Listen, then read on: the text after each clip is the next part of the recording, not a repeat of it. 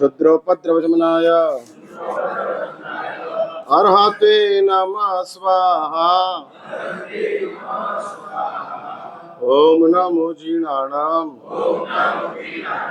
शरणानां मंगलानां भगवत्तमानं Ram RAM ROM RAM रौ रह अस्याहुषा त्रैलोक्यललामभूताय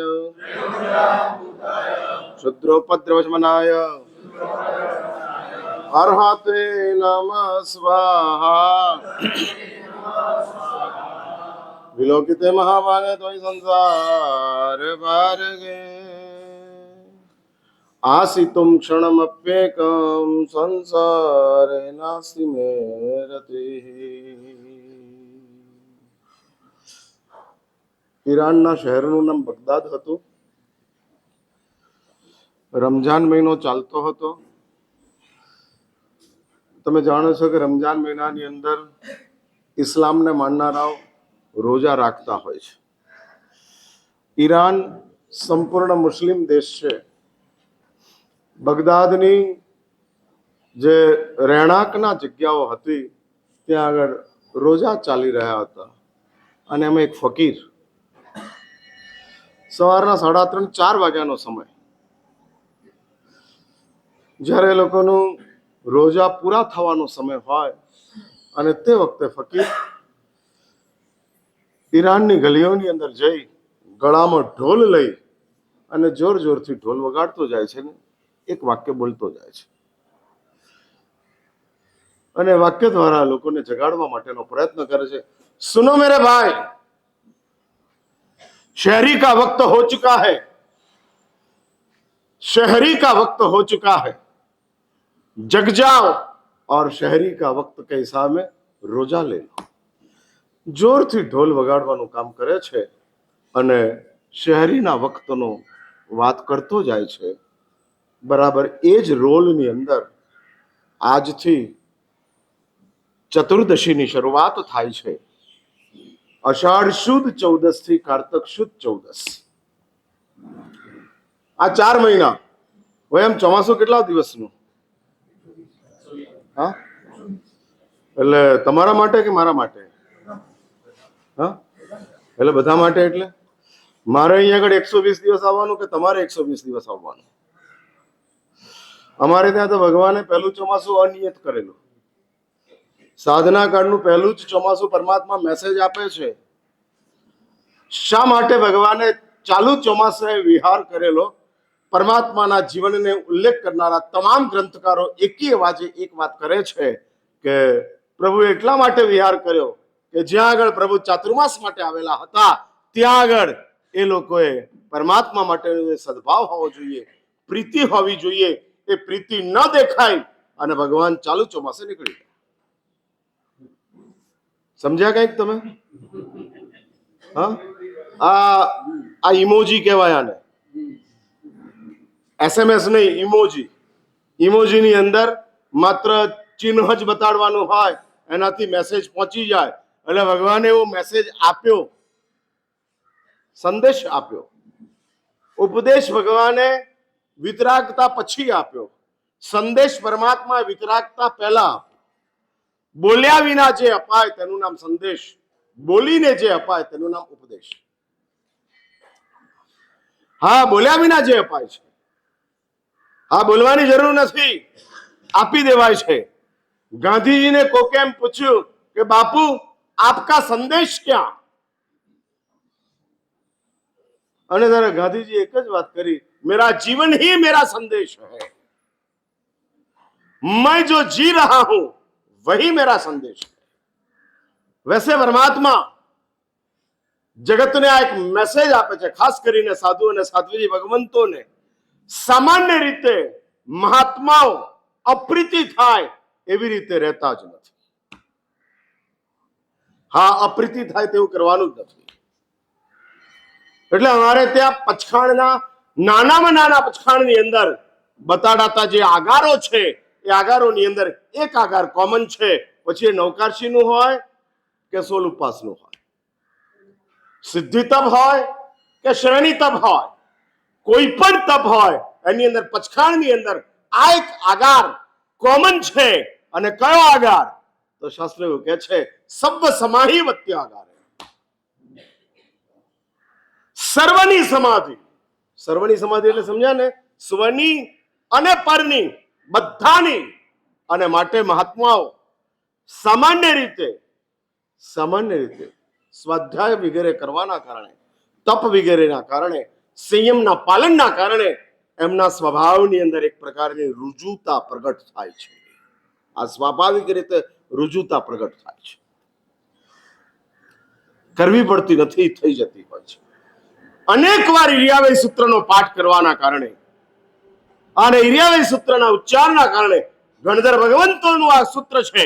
અને આ ઈર્યાવય સૂત્રની અંદર બતાડેલી છે જીવો પ્રત્યેની હમદર્દી, જીવો પ્રત્યેનું સન્માન, એ સન્માનને વારંવાર મહાત્માઓ યાદ કરતા જાય છે. એટલે સામાન્ય રીતે શ્રી સંઘોની અંદર આવનારા મહાત્માઓ ક્યારેય શ્રી સંઘની અંદર અપ્રીતિ ઉત્પન્ન થાય. અપ્રીતિ એટલે સમજ્યા ને તમને? આવવાનું મન જ ન થાય. હા, અને એવી અપ્રીતિ ઉભી થાય એવું મહાત્માઓનો વ્યવહાર હોતો જ નથી. પરંતુ છતાંય જેમ ભગવાનનું અપયશ નામ કર્મ, અનાદેય નામ કર્મ, સાધનાના પહેલા જ વર્ષની અંદર પ્રભુનું આ એક અનાદેય નામ કર્મ છે. સાધના કાળની અંદર પરમાત્માના તમામ પાપ કર્મો ફૂલ સ્વિંગની અંદર જાગૃત થયા છે. આ પાપનો ઉદય ઉત્પન્ન થયો છે.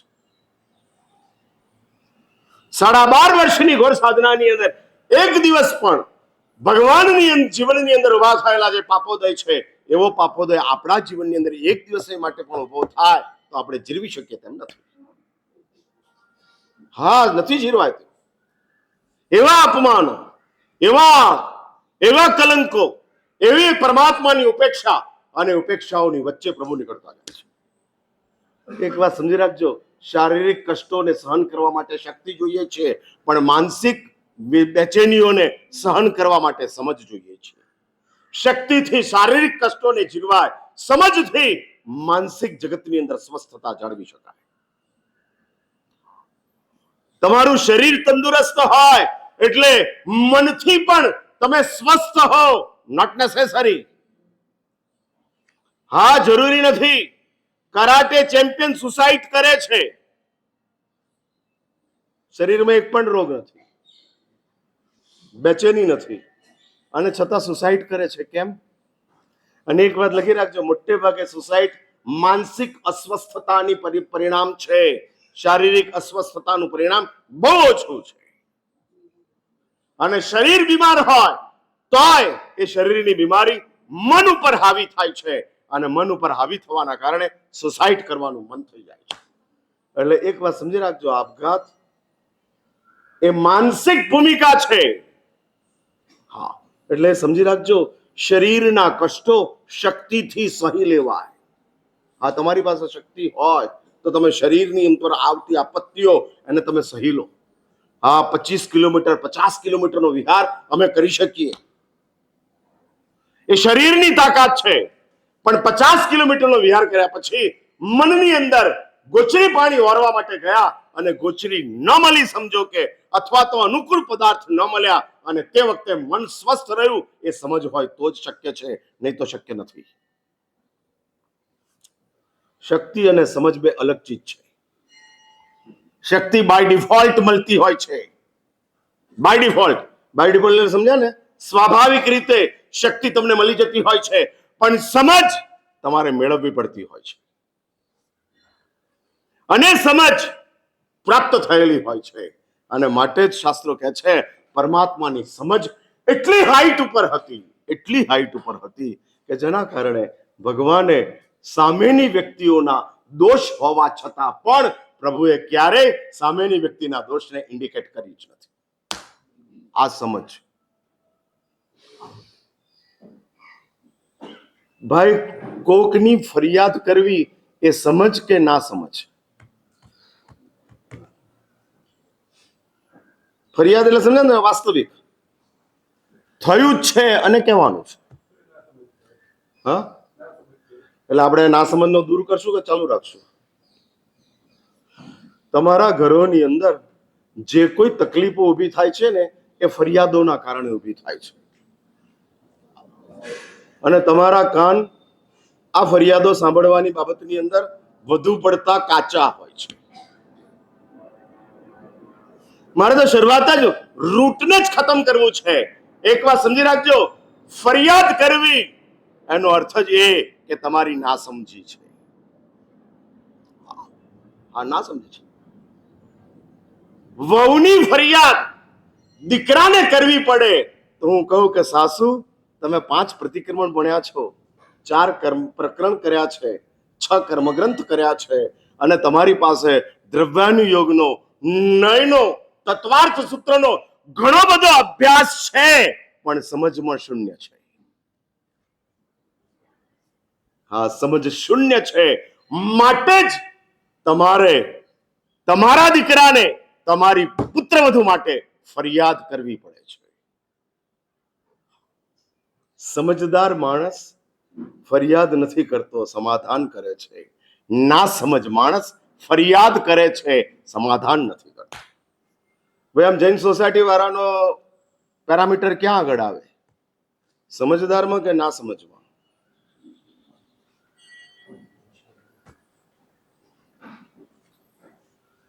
હા,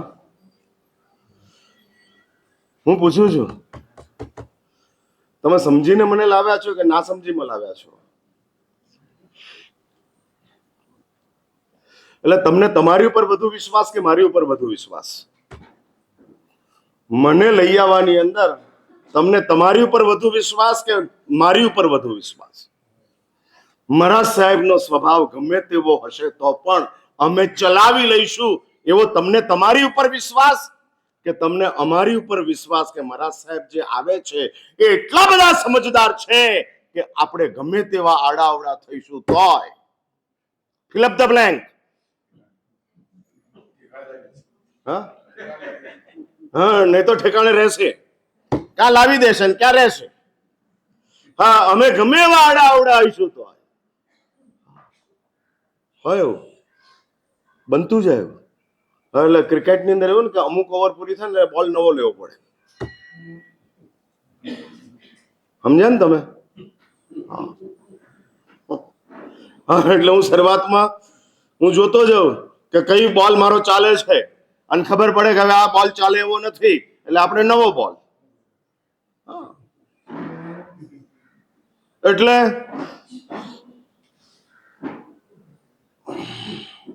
ગોઠવાઈ ગયા.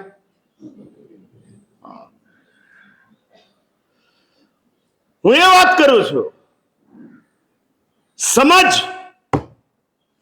એટલે એક વાત બહુ સમજી રાખજો, અને આધ્યાત્મિક જગતની અંદર શારીરિક સ્વાસ્થ્ય કરતા માનસિક સ્વાસ્થ્યનું મૂલ્ય વધારે છે.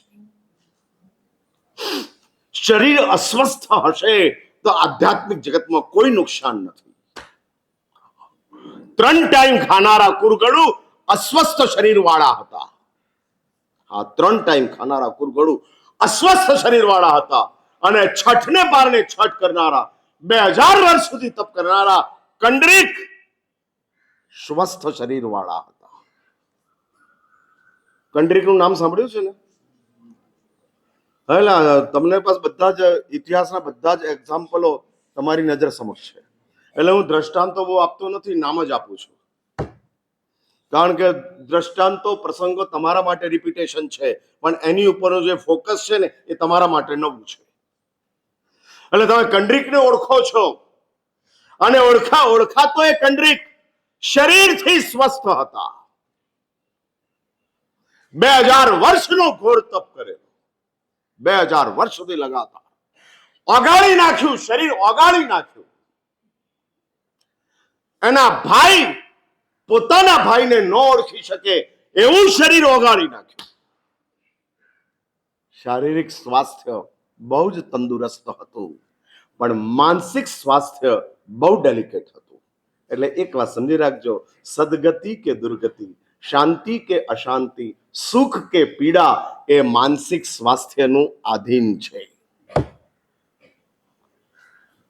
અગેન फिर से बात रिपीट कर रहा हूं, बहुत महत्वपूर्ण बात है और एक बात लिख के रखो, शारीरिक स्वास्थ्य बदलना आपके हाथ की बात नहीं है, मानसिक स्वास्थ्य को चेंज करना it is in your hand, आपके हाथ में है। हाँ, बदलना आपके हाथ में, बदल सकते हो। कल ही मैंने एक प्रसंग पढ़ा, આ ગઈકાલે જ સ્વામિનારાયણ સંપ્રદાયની આ વાત હતી અને એક ભાઈ અમેરિકાની અંદર હતા, એ ભાઈનું નામ ચંદ્રકાંતભાઈ, અને સ્વામિનારાયણ સંતના પ્રમુખ ડોક્ટર સ્વામી ત્યાં આગળ પ્રવાસે ગયા અને ભાઈ બનેલી ઘટના હું તમારી સમક્ષ મૂકું છું। આદિ ધાર્મિક ભૂમિકા, માર્ગાનુસારિતાની અવસ્થા મહાવીર દેવ સુધી નહીં પહોંચેલા એવા ઇન્સાનના જીવનની અંદર પણ માનસિક સ્વાસ્થ્ય કેટલું બધું તંદુરસ્ત હોય છે, કેટલું બધું તંદુરસ્ત હોય છે। અને હું ફરી તમને કહું છું કે માનસિક સ્વાસ્થ્યને સ્વસ્થ બનાવતા જાઓ। અને એક વાત ઓર સમજી રાખો, તમારે જો તમારા માનસિક સ્વાસ્થ્યને તંદુરસ્ત બનાવવું હોય તો પ્રવચન શ્રવણ સિવાય તમારી પાસે કોઈ ઓલ્ટરનેટ છે નહીં। તમે ગમે એટલા પાઠ ભણો, ગમે એટલી પાઠશાળાઓ જાઓ, ગમે એટલા તપ કરો, ગમે એટલી ક્રિયાઓ કરો, ગમે એટલા ભગવાનની પૂજા પાઠ કરો, ગમે એટલા પાલિતાણાની અંદર જઈને ચોમાસાઓ કરો, છરીપાલી સંઘોમાં જાઓ, માનસિક સ્વાસ્થ્ય નથી મળતું। અને એક વાત લખી રાખજો, 4 મહિના સુધી લગાતાર અમારા તરફથી જે તમને સમજાવાય છે એ માનસિક જગતને સ્વસ્થ કરવા માટેની જ વાતો છે। અને ખાસ કરીને સ્પેશિયાલિટીની અંદર અમારા ગુરુદેવની આ સ્પેશિયાલિટી છે। ગુરુદેવ વારંવાર એક વાત કરતા હતા, મારા ગુરુદેવ એટલે પન્યાસ ચંદ્રશેખર વિજયજી મહારાજ, અને પન્યાસ ચંદ્રશેખર વિજયજી મહારાજ વારંવાર એક વાત કરતા હતા, માનસિક પતન એ જ પતન છે, શારીરિક પતન તો માત્ર ક્રિયા છે। મન ખરાબ નથી અને શરીર ખરાબ થયું એ રેર ચાન્સીસ છે, હા રેર ચાન્સીસ છે। મન ખરાબ નથી અને જીવન ખરાબ થઈ જાય એવું ક્યારેક બને? મન ખરાબ નથી અને જીવન ખરાબ થાય એવું ક્યારેક બને? હા, બની જાય, કરવું પડે, લાચારી છે, મજબૂરી છે, અને માટે મન સ્વસ્થ છે અને છતાં જીવન ખરાબ છે। હા, એવા પ્રસંગો શાસ્ત્રોની અંદર મળતા જાય છે, હા મળતા જાય છે। શ્રેણિક વગેરેની વાતો શાસ્ત્રોની અંદર બતાડવામાં આવેલી છે કે મન ખરાબ નથી, જીવન ખરાબ છે। પણ જો મન સ્વસ્થ રહે, સચવાઈ રહે, અને તમારે આ મનને સાચવવું અનિવાર્ય છે, અનિવાર્ય છે। માણસ તરીકેના જીવનની અંદર તનની કિંમત 10% છે, મનની કિંમત 90% છે। 10% તન, 90% મન ઇઝ ઇક્વલ ટુ જીવન। ફરી શરીરની એક્શન 10%, મનની ઇમોશન 90%, અને આ બંનેનું મેચિંગ થાય ઇઝ ઇક્વલ ટુ લાઈફ। તન અને મન આ બંનેનું કોમ્બિનેશન, એનું જ નામ જીવન છે। હા, એનું જ નામ જીવન છે। જીવન એ કોઈ અલગ એન્ટિટી નથી, જીવન એ કોઈ બહારની આવનારી ફોરેન આઇટમ નથી, જીવન અંદરથી જ પ્રગટ થાય છે, હા અંદરથી જ। અને એનું આ મેચિંગ છે, આ કેમિકલ મેચિંગ છે, અને આ કેમિકલ મેચિંગ ની અંદર જ્યારે ડિસઓર્ડર થાય છે, હા ડિસઓર્ડર થાય છે। વર્તમાન જગત 90% તન, 10% મન, અને એનું એક જીવન ચાલી રહ્યું છે। સારા હોવું જરૂરી છે કે સારા દેખાવું જરૂરી છે? એ તો હું બોલીશ, તમે ક્યાં બોલવા માંડ્યા?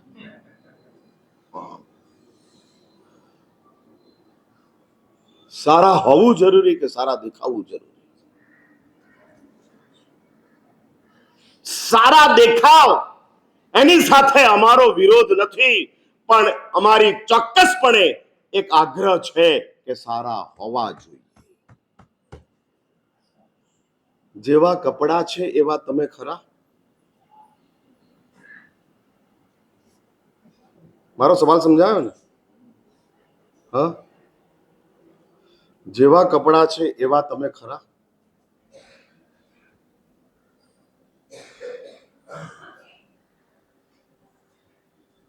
જાણવું છે મારે. હા, કપડાના કારણે તમારી ઇજ્જત વધી, તમારા કારણે કપડાની ઇજ્જતનું શું?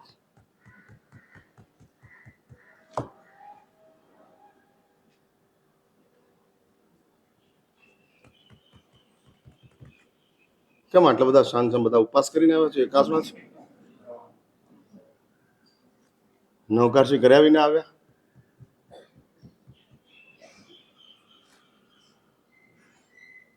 શું લાગે છે? જેવા દાગીના પહેરો છો એવા તમે છો? હા,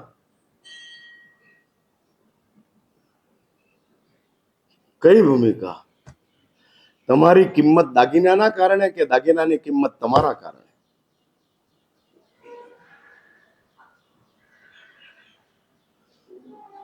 શું? હું ઉપરની વાત નથી કરતો, માત્ર કપડાની વાત કરું છું. જે કપડા છે એ કપડાને આપણે વફાદાર ખરા?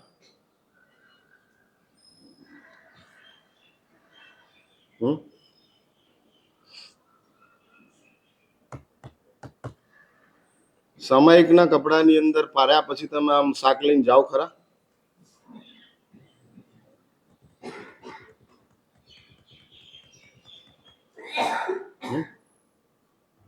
એટલે સામાયિકના કપડા પહેર્યા હોય ને સામાયિકમાં હો ત્યારે જ લીલોતરીને ન અડાય કે સામાયિકના કપડા પહેર્યા પછી ન અડાય?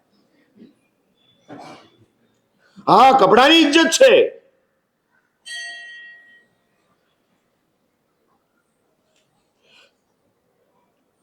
પૂજાના ડ્રેસમાં ચા પીઓ? નહીં. તો સામાયિકના કપડામાં શાક કેવી રીતે ખરીદાય?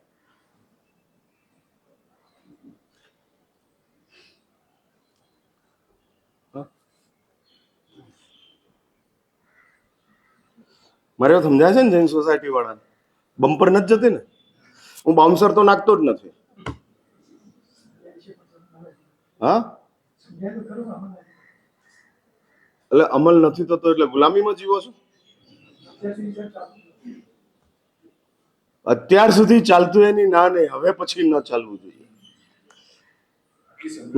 હા, એટલે અમે એ જ આપીએ છીએ ને. સમજ્યા પછી સુધરી જવું એટલું તો જૈન સોસાયટી વાળા નક્કી કરો. હા, એટલું તો નક્કી કરો. સમજ્યા પછી સુધરી જવું. અને આટલું નક્કી કરો, જૈન સોસાયટીનો સંઘ અમદાવાદની અંદર સર્વોચ્ચ સંઘ થઈ જાય. હા, સમજ્યા પછી સુધરીએ તો.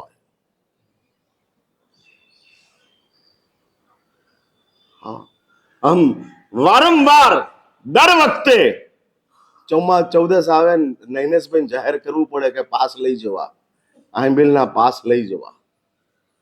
એટલે દર વખતે આપણે કહેવું પડે કાયમ ને માટે. એટલે એવી એમ કેટલીક સૂચનાઓ શાશ્વત હોય છે.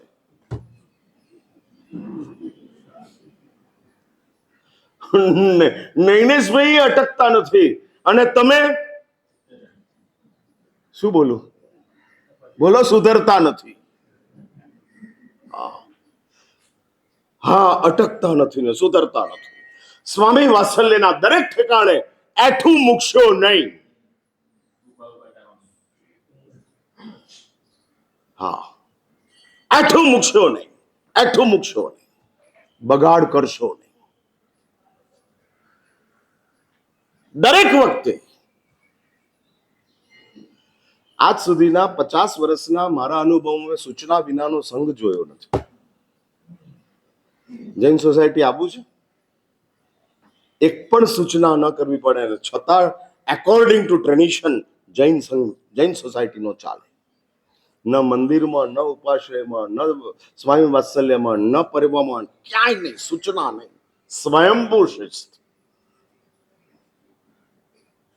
હા, સ્વયંભૂ ડિસિપ્લિન ચાલતી. હા, ચાલ.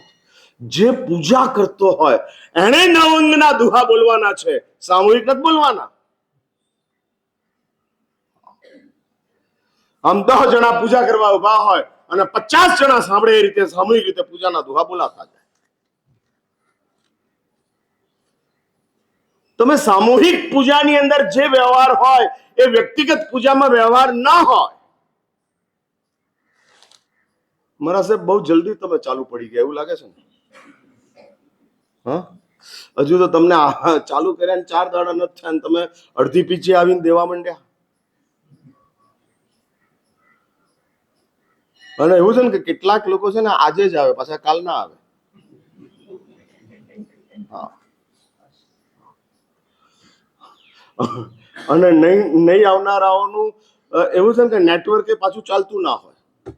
અહીંયા જ નેટવર્ક હોય, બહાર નેટવર્ક જ ના હોય. એટલે આ લોકોના નેટવર્ક સુધી મારે પહોંચવા માટે આજે જ આ વાત કરવી પડે,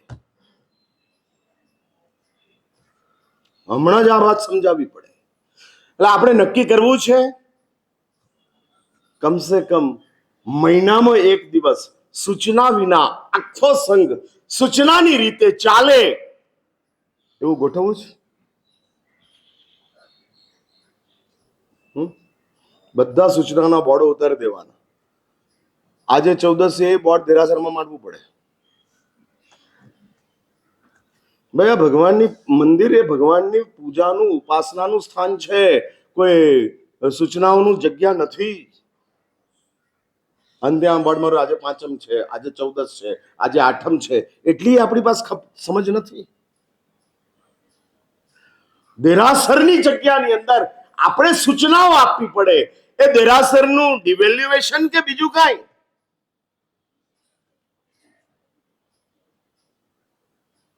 હા, અને આ ચાલતું જાય. આયોજકોની, ટ્રસ્ટી મંડળની કેટલીક મજબૂરીઓ છે. હા, મજબૂરીઓ છે.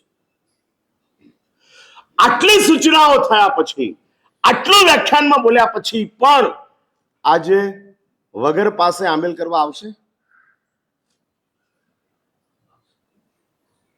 શું લાગે નૈનેશભાઈ? હા, પછી જાહેરાત થઈ ગઈ. હા, ના ના, ના પાડવાનો સવાલ નથી, ના પાડવાની જ ના હોય.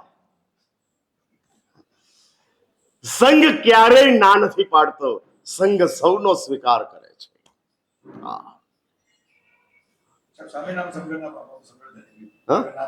હા, એટલે એ જ વાત છે ને.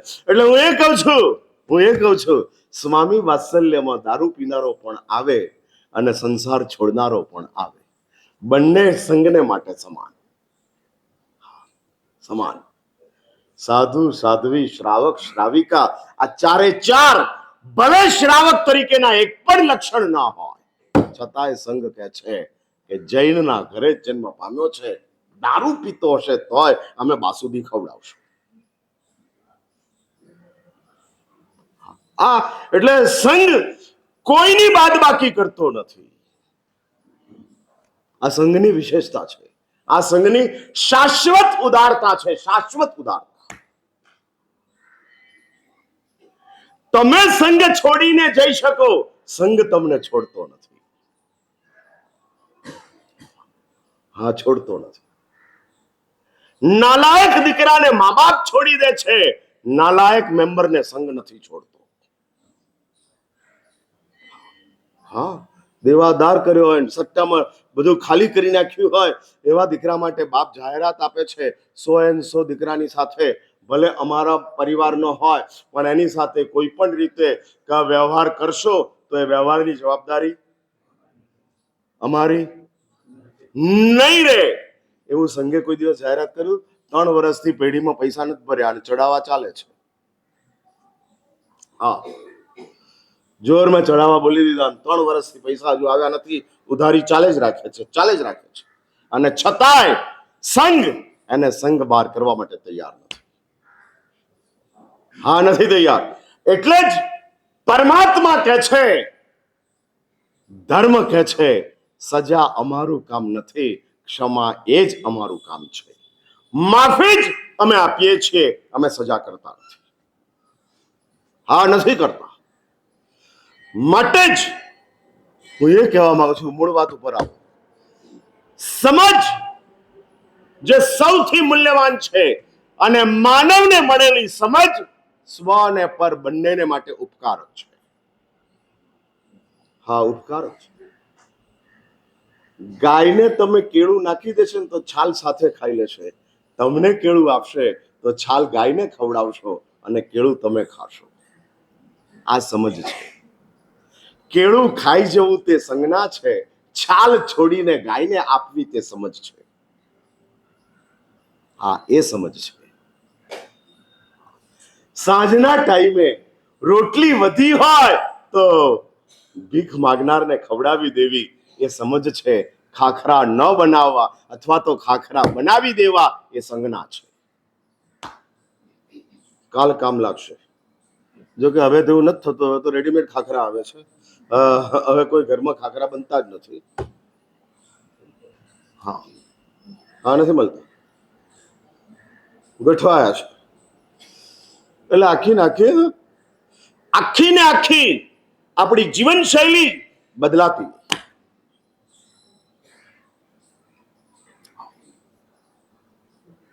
અમે વેસ્ટને ઇન્વેસ્ટ કરતા હતા, તમે બેસ્ટને ઇન્વેસ્ટ કરો છો. સાંભળી મારી વાત? અમે વેસ્ટનું ઇન્વેસ્ટ કરતા હતા. એટલે સાંજે રોટલી વધી હોય તો એ રોટલી વેસ્ટ છે. એટલે મમ્મી એ રોટલીના ખાખરા બનાવી દે. ઇન્વેસ્ટ. આવતીકાલે કામ લાગશે. હા, આવતીકાલે કામ લાગશે. અને તમે બેસ્ટ એને ઇન્વેસ્ટ કરતા જાઓ છો. હકીકતમાં ઇન્વેસ્ટ નથી, વેસ્ટ છે. જે બેસ્ટ છે, સારામાં સારી ચીજ છે. હા, અને એને તમે સાચવતા જાઓ છો, વાપરતા નથી. તમને મળેલો જે સમય છે, બેસ્ટમાં બેસ્ટ છે. વાપરો છો. એટલે હું આ એક સમજ આપવા માંગુ છું, અને એ સમજ માત્ર ને માત્ર પ્રવચન દ્વારા પ્રાપ્ત થાય છે. આજે જેટલા આવ્યા છે બધાને એવું છે ને કે ઘરે મહેમાન આવ્યા હોય ને તો એની મનગમતું શાક તમે બનાવો. પૂછો ને, તમારે ત્યાં મહેમાન આવ્યા હોય, કોઈ વેવાઈ આવ્યા હોય, કોઈ દોસ્ત આવ્યો હોય, અને એને તમે પૂછો કયું શાક ચાલશે, અને એમ કહે કે ભાઈ મને ભીંડા ભાવે છે, તો તમે તુરિયા બનાવો કે ભીંડા બનાવો? હા, ભીંડા બનાવો, બરાબર ને? એટલે મહેમાનને મનગમતું કરો. એ હું તમારા સંઘનો શું કહેવાઉં? નૈનેશભાઈ, હું શું કહેવાઉં? હા, ના તો પછી 4 મહિના પછી એ રાખવા પડશે. હા, એ તો નથી રહેવાનો માટે. હા, એટલે હું તમારા મનને જાણું છું માટે જવાબ આપું છું. હા, તમે પૂછવા નહીં આવો, કોકને મોકલશો. હા, એવું છે ને. 50 વર્ષથી હું ફરતો રહું છું, અને નૈનેશભાઈ જેવા કમસે કમ 50 તો મને મળ્યા જ હોય. હા, અને મળેલા લોકોની મેન્ટાલિટી મને ખબર હોય. અને સમજદાર મહેમાન એ છે કે ક્યારે જાવ છો એ પૂછતા પહેલા નીકળી જાય. હા, હા. જેને મેઘના જેવું માન મળે એનું નામ મહેમાન. મેઘ જેવું માન મળે. મેઘ એટલે મેઘ. એના જેવું માન મળે. હા, 8 દાડાથી 10 દાડાથી અમદાવાદને હાથ તાલી આપતો જાય છે. હા, અને જ્યારે વરસાદ આવશે ત્યારે બધા સેલ્ફી લેવા નીકળી પડશે. હા, મેઘ જેવું માન જેના દ્વારા મળે એનું નામ મહેમાન. ક્યારેક જ આવે અને ક્યારેક જતો રહે, ખબર જ ન પડે. એટલે હું તમારા સંઘનો શું કહેવાઉં? બોલો તો ખરા યાર. હા, નોકર નથી ને? હા, તમારા સંઘનો નોકર નહીં ને? હા હા, એટલે ઉપકારી, એટલે જ કહું છું. એટલે હું તમારા સંઘનો મહેમાન ગણાવ, બરાબર ને? હવે મારે આ થોડું ચોખવટ એટલા માટે કરવી છે કે તમે માનો કે મારા સાહેબ અમારા મહેમાન છે. પછી મારી મનગમતી ચીજ તો પૂછો કે મારા સાહેબ તમને શું ગમશે? હા, ના ના, હું કહું એમ થાય છે તો છે જ, પણ જે થતું નથી એની વાત કરવી છે. એટલે મને પૂછો ખરા મારા સાહેબ તમને શું ગમશે? નહીં પૂછો તો પૂછો ને યાર કે મારા સાહેબ તમને શું ગમશે? હું છે. હા, આ 14 થઈ ગઈ, દીક્ષા નહીં આપે, બરાબર છે. એટલે હું પૂછવા માંગુ શું ગમશે? જો તમે મને પૂછતા હો તો હું એક જ વાત કરું છું, દરરોજ 1 કલાક મારા માટે કાઢો, બસ. 120 દિવસના દરરોજના 1 કલાક એટલે કેટલા દિવસ, કેટલા કલાક થાય? 120 કલાક એટલે કેટલા દિવસ? તો 5 દાડા ને. તો 120 દિવસમાં 5 દાડા મને નહીં આપો?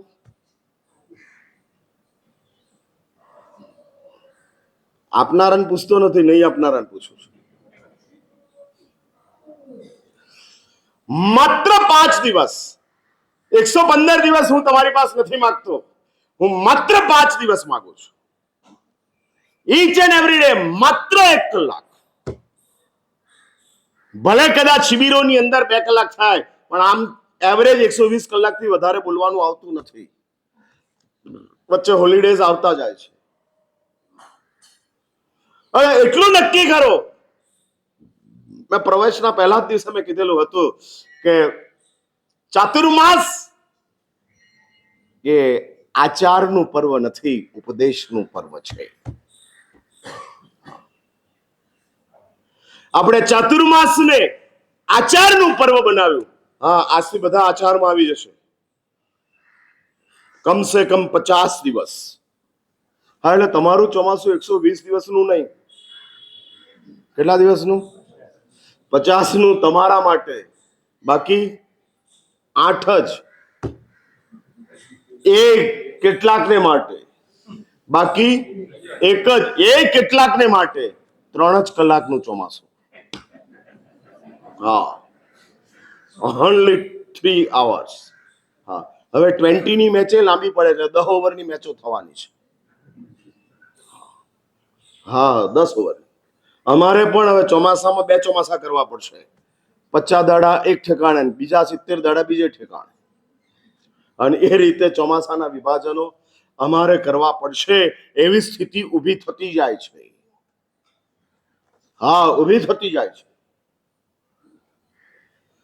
અને એ સ્થિતિની અંદર હું એ કહેવા માંગુ છું કે ભાઈ, મળેલી સમજ માત્ર ધર્મમાં જ કામ લાગે છે, ભૂલી જાઓ.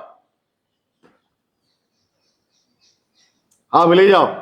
ધર્મમાં તો શ્રદ્ધા જ કામ લાગે છે, સંસારમાં સમજ કામ લાગે છે.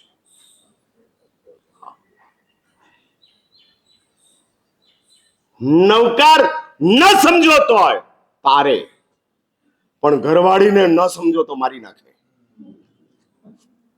હા હા, એટલે ઘરવાળીમાં શ્રદ્ધા એકલી ન ચાલે.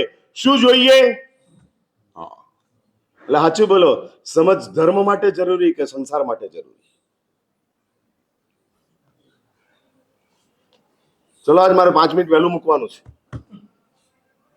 હા, જે ચાતુર્માસ દરમિયાન ગ્રંથનું વાંચન છે, એ ગ્રંથના વાંચનના ચડાવવા આજે લેવાના છે.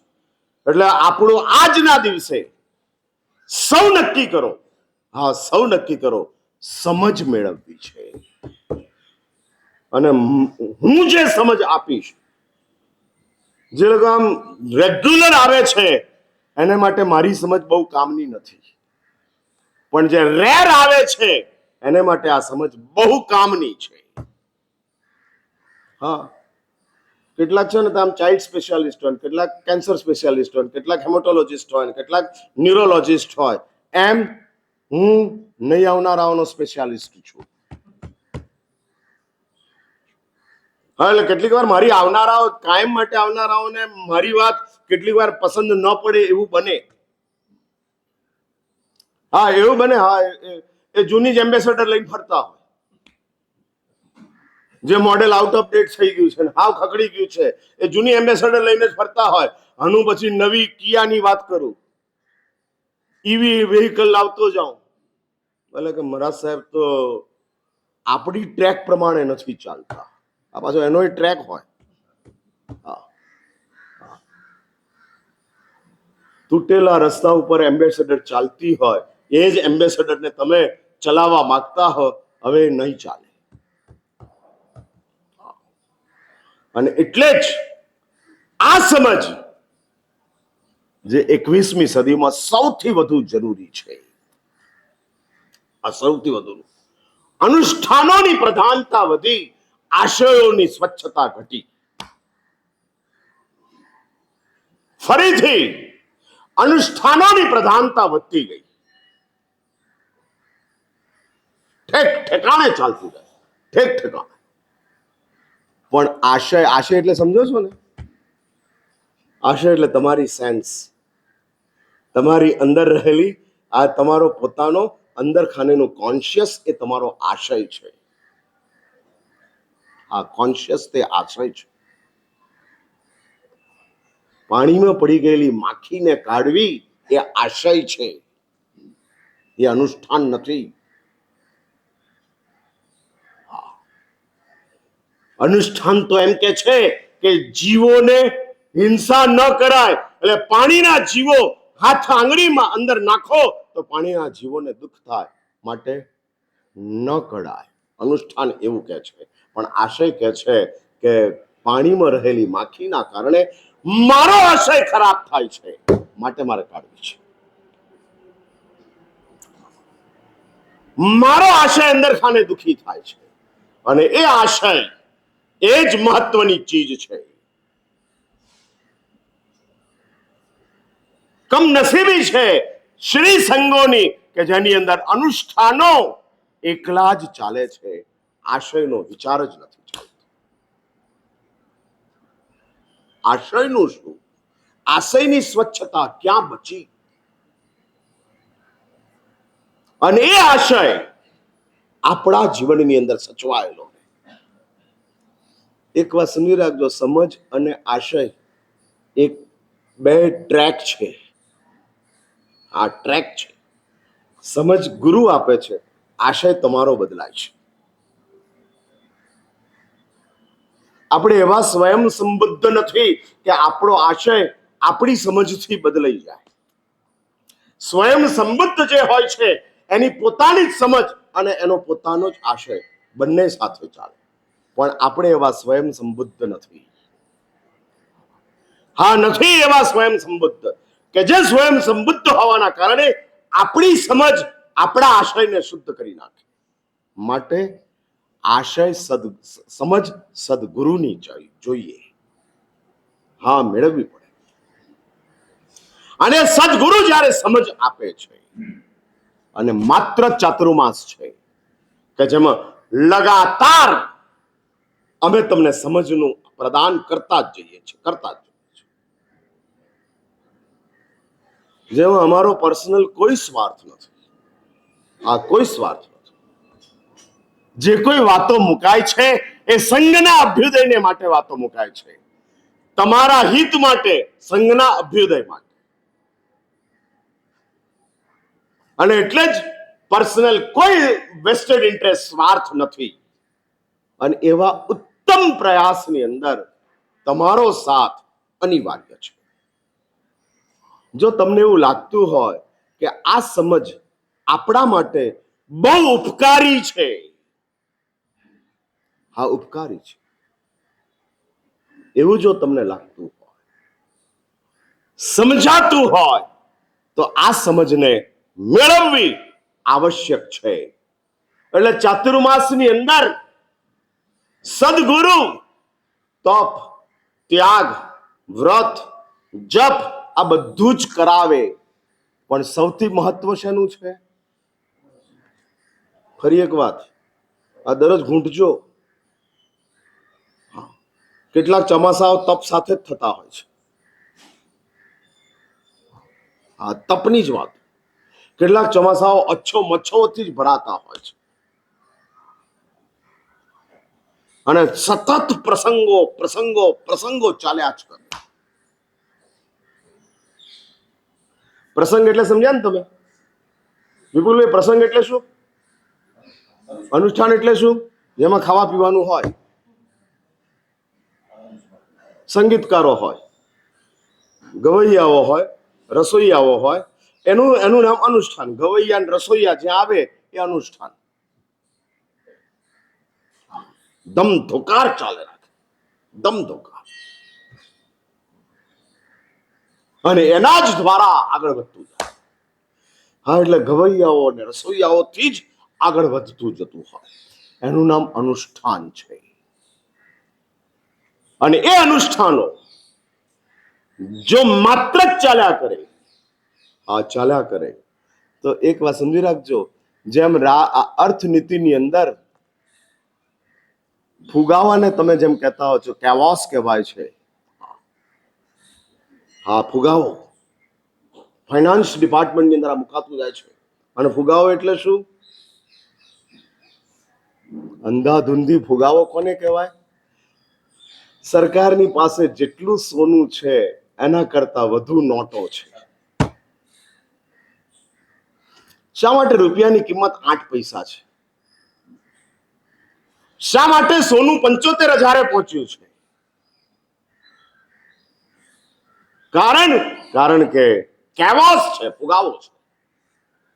રૂપિયો જ હતો જ્યારે દેશ આઝાદ થયો, ત્યારે ધીરે ધીરે ધીરે ધીરે ધીરે રૂપિયાની ક્રેડિટ ઘટતી ગઈ.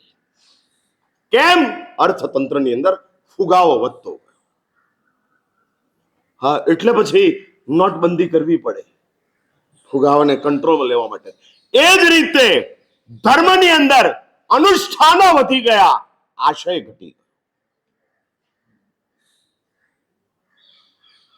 જેટલું આશય વેલ્યુએબલ એટલું જ અનુષ્ઠાન હોય તો તે અનુષ્ઠાન જાજરમાન છે. હા, જાજરમાન છે, મહિમાશાળી છે. દેવો તે અનુષ્ઠાનની અંદર આવતા હોય છે, અને અનુષ્ઠાનોની આરાધનાની અંદર દેવો જોડાતા હોય છે.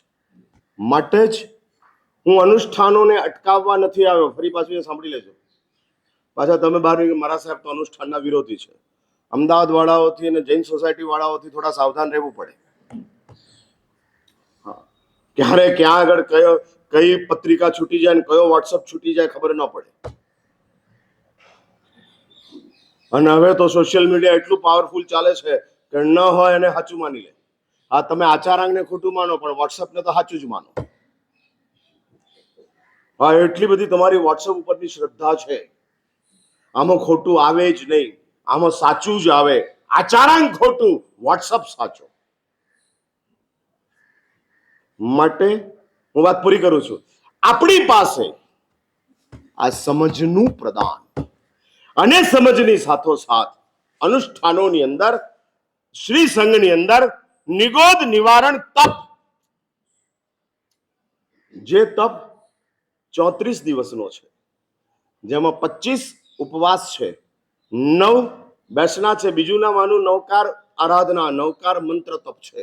પંચ પરમેષ્ઠી ભગવંતોની ઉપાસના આ તપ દ્વારા કરાતી જતી હોય છે.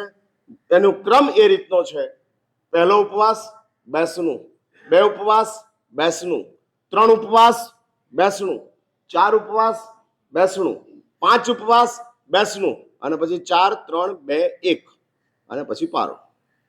એટલે આ મિની સિદ્ધિ તપ 5 સુધી ઉપર જવાનું અને પછી 4, 3, 2, 1 એમ નીચે આવી જવાનું.